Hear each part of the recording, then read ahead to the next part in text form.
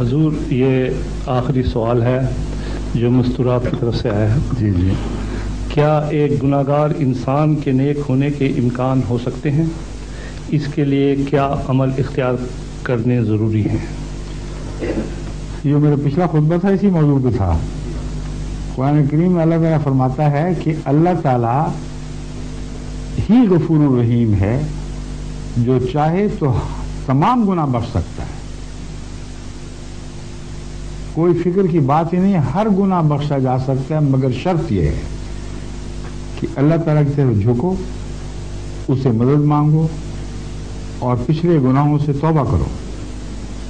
اگر یہ شرط پوری ہو جائے تو اللہ تعالیٰ قادر مطلق ہے، وہ مالک ہے، وہ سارے گناہ بخش سکتا ہے، نئی زندگی عطا کر سکتا ہے. تو پچھلے گناہوں کی بخشش کے لیے اگلے گناہوں سے توبہ ضروری ہے.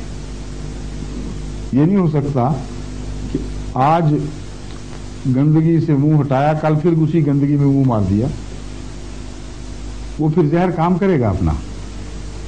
بس توبہ کے بعد اللہ تعالیٰ سے مدد مانگنے کا حکم ہے کہ خدا تعالیٰ سچی توبہ پر قائم رہنے کی توفیق عطا فرمائے. مگر پچھلے گناہوں کا پھر کوئی فکر نہیں ہے. رسول اللہ صلی اللہ علیہ وسلم فرماتے ہیں پہاڑ کے برابر بھی اگر گناہ ہو اللہ تعالیٰ معاف فرما سکتا ہے، اگر بندے کے دل میں پاک تبدیلی ہو اور سچے دل سے وہ خدا کے حضور جھک جائے. شرط یہ ہے کہ موت سے پہلے پہلے یہ واقعہ ہو.